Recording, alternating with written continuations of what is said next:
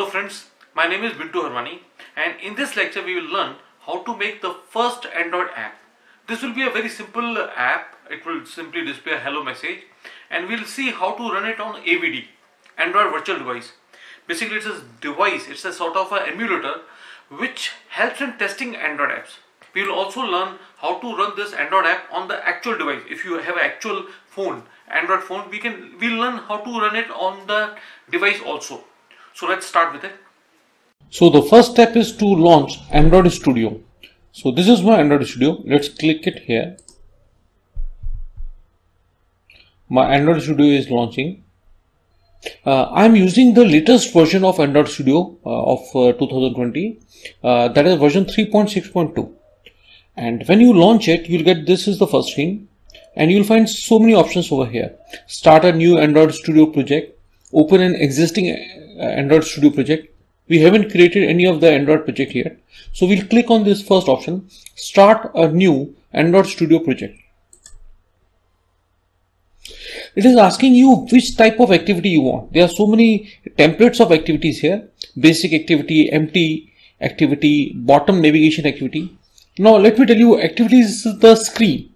When you launch an app, the screen that you get through which you interact with the app, the GUI screen is nothing but the activity. It also means that if your app has 4 screens, it will be having 4 activities, right? At the moment we are making an app of a single screen, and obviously it will have 1 activity. And do you want the activity which is already filled with some basic templates, or you want an empty activity? We want to make a simple application, and so we will select this empty activity at the moment. Later we'll see what are the rest of the built-in templates activity. There are so many activities. Can you see that? Google Maps activity. So that will get you some components already on the screen. So it will reduce much of your work. So at the moment we are taking empty activity. Click on next. It is asking you what should be the name of your project. So let's give it the name, say hello message activity app. Hello message app. It's asking you what should be the package name. Package name is somewhat like your domain and subdomain of your web app. Let the package name be com, then say Harwani. This is the lowercase of my app only. Let it be here only. These domains and subdomains, this package name is just to avoid the collisions with other existing apps on the Apple Store. It is just to avoid collision with other apps on the Play Store. This is the location where this application will be made. Language that I'm using for creating this Android app is Kotlin. Let me tell you, the earlier Android Studio versions were having both the options, Java as well as Kotlin. See, there are 2 options. Can you see that? Because the Kotlin is enhanced version of Java only, we'll go ahead with the Kotlin as the default language. The minimum SDK it is taking as default as Android 4.4 KitKat, and this app will run on 98.1% devices. That is, KitKat is available on 98.1 devices. So my app will be compatible with so many devices. If I take the higher versions, for example, suppose if I go for this, say Android 8.1, that is Oreo, for example, this app will run on 53.5% of devices. So when you go on with the higher APIs, though you can go ahead with using the features of the higher API, but your app will run on the lower number of devices which are compatible with the high API, right? I can go ahead with the lower API. See, when you go for the lower API, it will run on higher number of devices. That is true, but obviously the features will be reduced that you can use in your app will be reduced, right? Let the rest of the default be the same. Click on finish.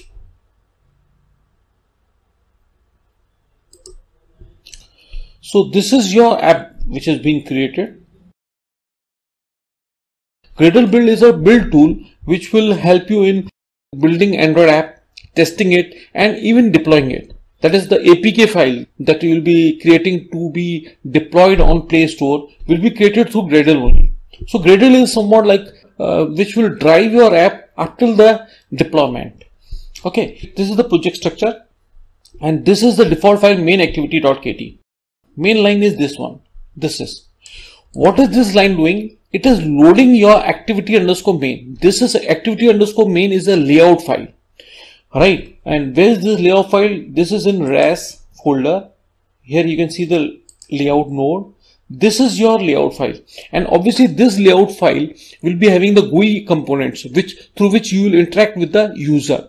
This activity file, main activity file, is uploading your activity underscore main.xml interface. Let's double click it to see what are the components available on this. It is having this text view component. You can't see that. Let's enhance it. Let's highlight it. This is that. This is the text view component, and here these are the other components are there which you can drag and drop on this XML file. This is the layout file, right? If you want to see the code of whatever the components are placed on this screen, click here. This is there are three options here: code, this is your split, and this is your design. This is at the moment this is in design mode. When you click on code, this is a code of the component that are being available on the screen. You can see this is that text view component, and this text view component is on the layout which is known as constant layout. Constant layout is used in applying the constants on the components in relation to other existing components on the screen.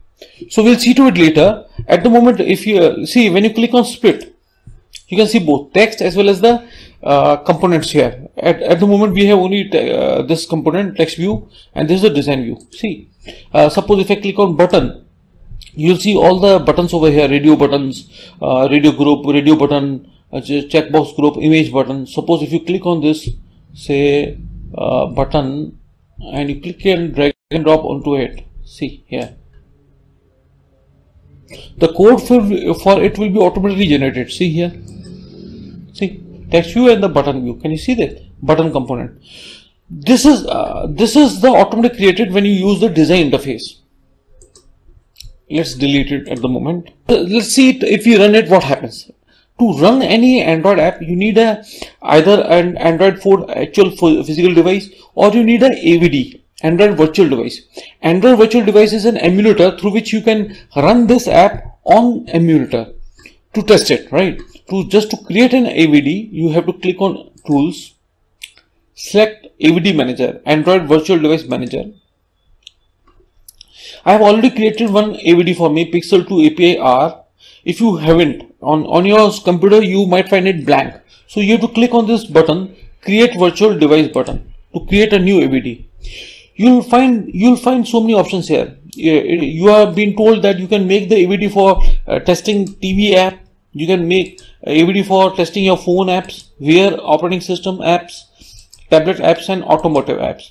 At the moment, we are focusing on phone app, right? And here you can see so many options, so many name of the AVDs, and with the respective resolution and densities. Let's click on, see, you can go for with Pixel 2, Pixel 2 XL. With Pixel 2 XL, you will get this resolution 1440 into 2880, and it is of density 560 dpi. Pixel 2 is of this resolution 1080 by 1920, and with the resolution with the density 420 dpi. So let's select like Pixel 2 as a AVD. Click on next. It is asking you what is the image that you want for this AVD. If you want this Q image, you have to click on download to download this image of this AVD from the internet. If you want Pi image, you have to click on download link of this. I have already downloaded this R image, so you don't find the download link over here, but you can click over here if you don't have the image already on the machine. Click on next. It is asking you what should be the name of the AVD.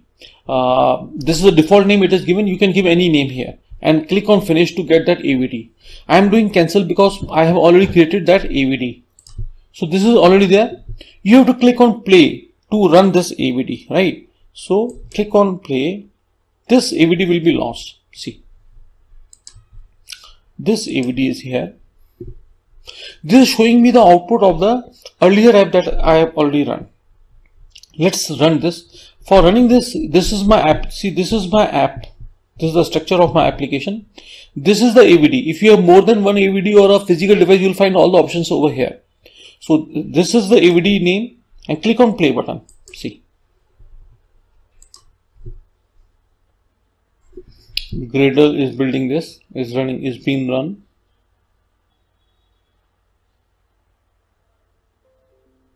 Gradle invocation finished. See, the output will come here.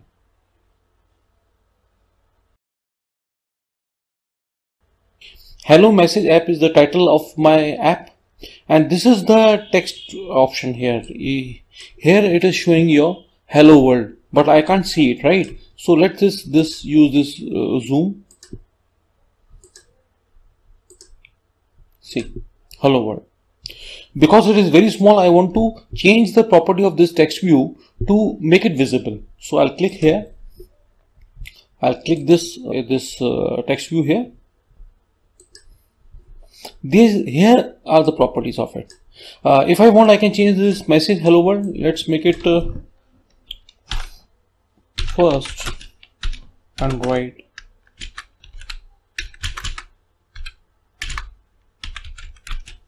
app,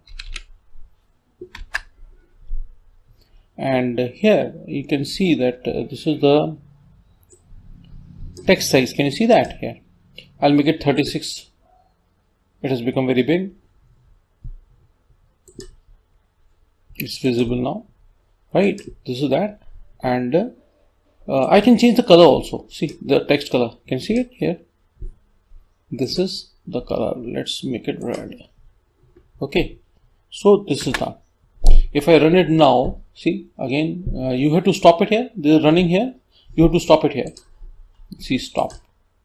Now you run it.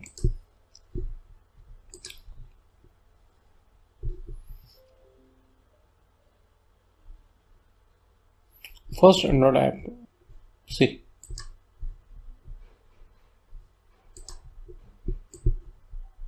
See, the output is here. It has appeared in red color. Let's change the color of these thing also. This is your status bar. This is application bar. To change the color, we'll go back to our project. Here you can see that in your values, there are so many XML files, colors, string, styles.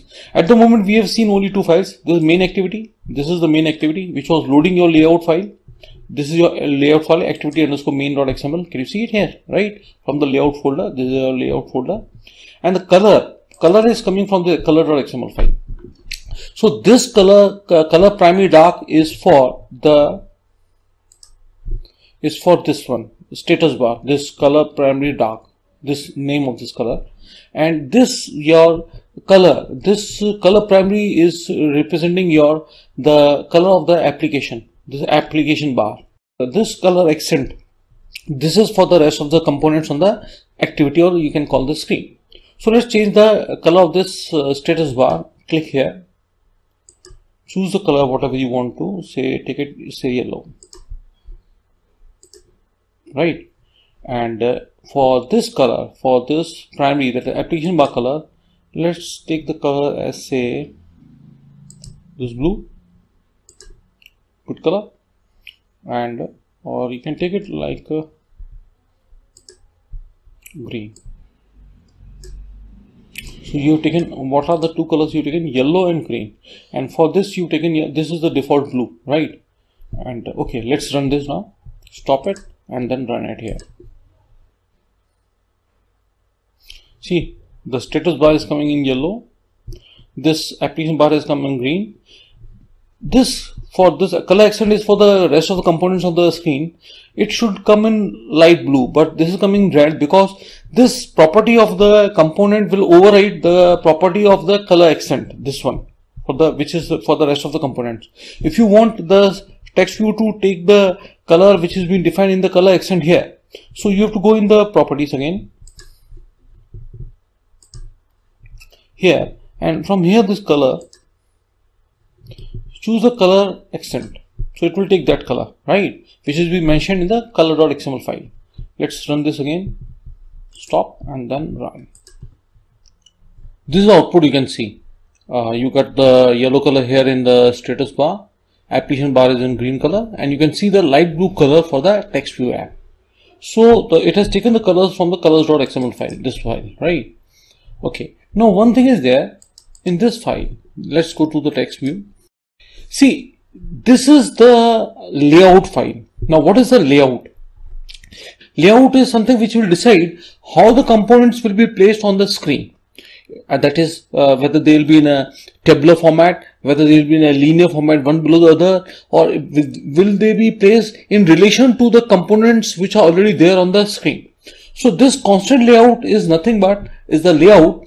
This is the layout through which the components will be in constant with the existing components on the screen. That is, if I want this component should be at the specific distance from this existing component, so that this constant layout will decide this, right? There are two words which will bother you a lot, this match parent and this wrap content. Match parent means it will take the width and height of this layout. The width and height of this layout will match the parent. The parent here means the width and height of the device screen, right? But here, this is the attributes for the text view component. It is saying wrap content. Wrap content means the width required for displaying the text of this text view. This will be just quite enough to display the complete text of it. That's it. If I write here match parent, it will take the entire width of the parent, and the parent of this text view is nothing but the constant layout. So when you write here match parent, what will happen? It will display all the text, and the rest of the extra space will be padded with the blank spaces. When you write layout height of match parent, the height of this text view will be according to the height of its parent, and the parent of this text view is nothing but your constant layout, right? So this is that for today's lecture. The only thing that is left in this lecture is that how to display, how to get the output of this app on the physical device, right? So I have one Android phone. This is a Redmi phone, right? And this is my USB cable. So to get the output of this app on this Android phone, I'll connect this USB cable to my laptop. See. And I have to select certain settings over here. For Android Studio to recognize this physical device, I have to do certain settings, and that is USB debugging mode. And I want you to see what I'm doing here. So I'll go to my Android Studio, and this is your Android Studio here, right? And here what I'll do that, I'll go into View, Tool Window. Here you'll see that Lockcat. Can you see this option? Select this. This Lockcat, I'll just delete everything here. What is in the Lockcat, right? And here this, you can see one option, screenshot. Let me first connect it. See, let me check. Screen capture. I have to go to settings. In my phone, I have to go into settings. In my settings option, there at the bottom, in the middle of the settings window, there's an option additional settings. These are the options in my Redmi phone. After selecting on additional settings, at the bottom there's one option, developer options. There's one option, developer option, right? So I'll go into developer options, and here there are two options. One is your USB debugging. I'll make it on. It is asking me whether do you want to activate, do you want to allow this allow this USB debugging on this phone. I have selected OK. It's recognizing. I think now I can see. This is the. Can you see that? This is the screen capture. I'll click over here. The moment I'll click over here, this is the screen of my device. This is a screenshot of my device, which is being displayed on the Android Studio. This is not the emulator screen. This is emulator. This is my actual device screenshot, right? I have to activate two options. I'll just tell you what are the. I'll start from the beginning. I'll go back.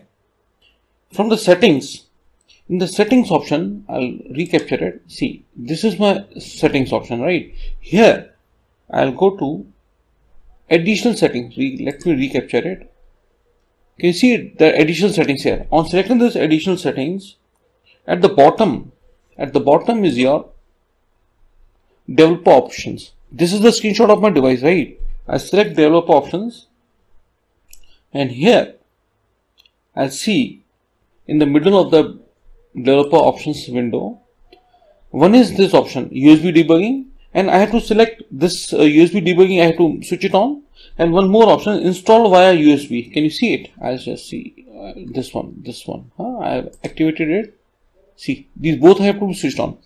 See, for this USB debugging will enable my app to run on the physical device, and install via USB will allow the app to be installed on my physical device, and thereafter it will run, right? So this is done now. Now I'll run my app here. See, let me close this. Here, see, after doing these options, in the previous screens we have seen that it was only showing the Android emulator. Now it is showing one physical device. This is my Xiaomi Redmi 6A. This is my phone. I'll click it over here, and I will select this play button to run my app on this device, right? So it is showing me one option. See, let me do screenshot. Install via USB, I have to select install. After selecting install, my app will be installed on this device, on this phone, and you'll get the output. See, this is the output that is showing that it has been installed. See, installation installed successfully, finished in 8 seconds to 266 milliseconds. This is the output. And let me see here in this Logcat window. The Logcat window, activate this, and here is, you can see that screenshot here. This is the screenshot of my device. That means the application has properly been installed and been executed on my physical device as well. On the emulator, we've already seen it. So this finishes my lecture. If you liked it, do subscribe my channel, write comments, like the video. Thanks for watching the video. Have a nice day.